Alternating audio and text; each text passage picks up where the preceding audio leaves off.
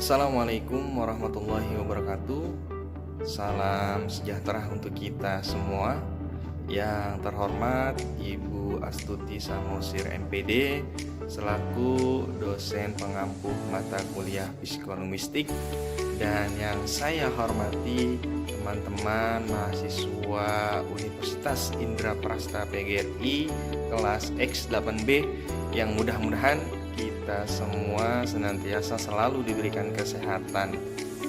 Baik, di sini kami akan menjelaskan tentang produksi kalimat bersama kami kelompok 10, diantaranya yaitu Ainun Najib, Dita Meleniasari, Murni Khairani, dan Salsabila.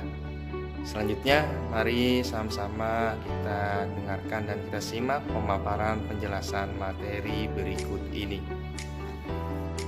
Baik, di sini saya akan mulai dengan pengertian produksi kalimat. Pengertian produksi kalimat adalah produksi kalimat itu hanya dapat dilakukan secara tidak langsung.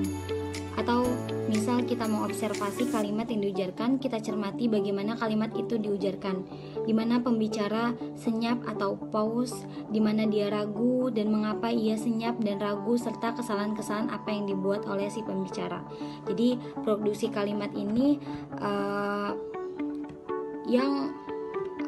produksinya itu tidak bisa dilakukan secara langsung, jadi kita nggak bisa mengobservasinya itu secara langsung kayak gitu.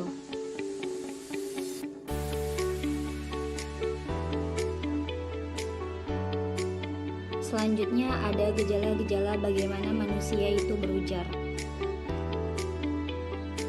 Yang pertama ada senyap, senyapan, dan kilir lidah. Ini terbagi menjadi 3. Yang pertama, senyapan atau pause adalah pengujaran yang ideal, terwujud dalam suatu bentuk ujaran yang lancar sejak ujaran itu dimulai sampai ujaran itu selesai. Yang kedua, ada kekeliruan, adalah kekeliruan dalam bicara dapat disebabkan oleh kilir lidah, atau kekeliruan itu terjadi karena tidak memproduksi kata yang sebenarnya tidak dikehendaki.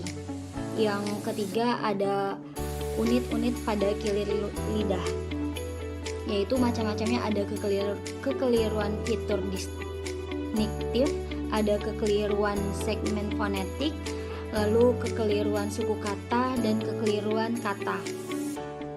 Yang kedua ada lupa-lupa ingat dan latah.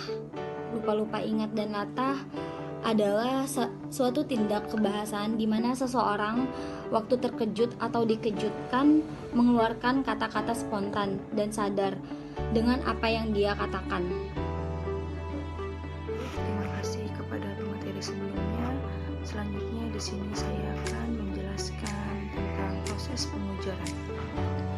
Setelah proses konseptualisasi atau proses pembentukan yang akan dilakukan untuk menyampaikan, untuk menentukan maksud yang akan disampaikan, kemudian retrieval lama diputuskan dan informasi gramatikalnya pun selesai. Assalamualaikum warahmatullahi wabarakatuh. Perkenalkan, nama saya Ainun Najib.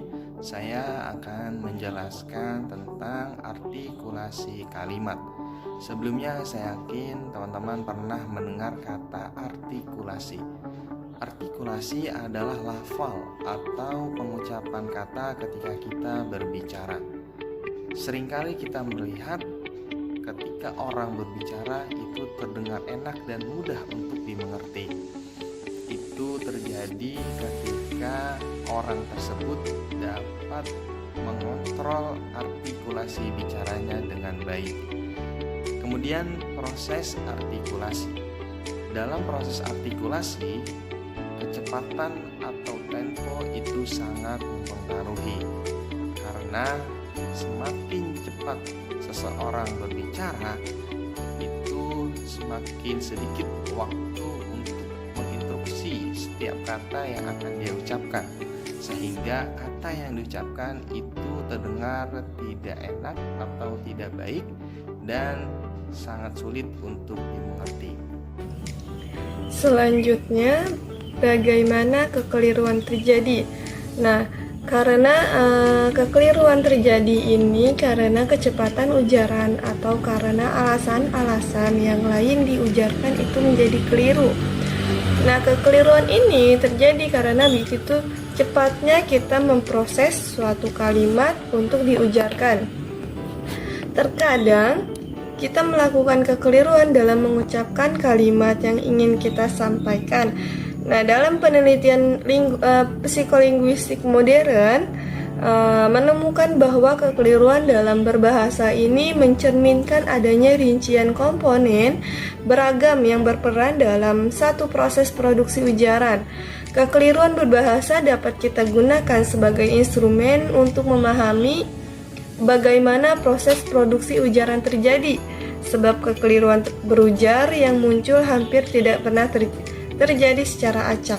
Oleh karena kekeliruan berbahasa ini muncul dalam wujud yang sistematis, fenomena ini dapat membantu kita untuk melacak tahapan apa yang kita lewati dalam proses produksi sebuah kalimat yang kita ujarkan.